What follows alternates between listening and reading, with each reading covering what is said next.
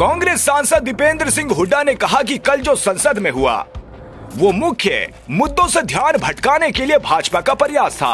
FIR में जो बातें आई उसमें कोई सच्चाई दिखाई नहीं देती। भाजपा ने जिस प्रकार से संसद के अंदर बाबा साहेब भीमराव अंबेडकर का तिरस्कार किया, कहीं न कहीं उनके दिल की बात जुबान पर आ गई और देश के कोने कोने तक वो बात पहुंच गई है। सारा संसद में जो हुआ वो कहीं न कहीं जो मुख्य मुद्दा है उससे ध्यान भटकाने के लिए भाजपा का प्रयास था। कुछ ऐसा कुछ हुआ नहीं था। जो एफआईआर वगैरह की जो बातें आई तो उसमें कोई सच्चाई नहीं दिखाई दे रही।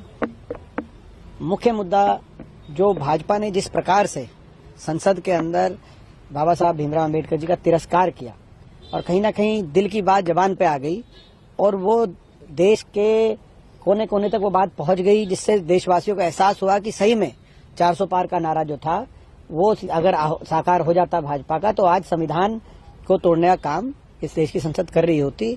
वो दिल की बात जबान पे निकल के आ गई, जिससे देशवासियों को इस बात का एहसास हुआ कि अगर भाजपा का 400 पार का नारा साकार हो जाता तो आज संविधान को तोड़ने का काम इस देश की संसद कर रही होती। और इस बात के बाद पूरे देश में जो रोष लोगों के दिल में उत्पन्न हुआ, एक आंदोलन पूरे देश में अपने आप बना, उस बात से ध्यान डाइवर्ट करने के लिए भाजपा ने सब बात की। हम बाबा साहब को मानने वाले लोग हैं, हम संविधान को मानने वाले लोग हैं। स्वयं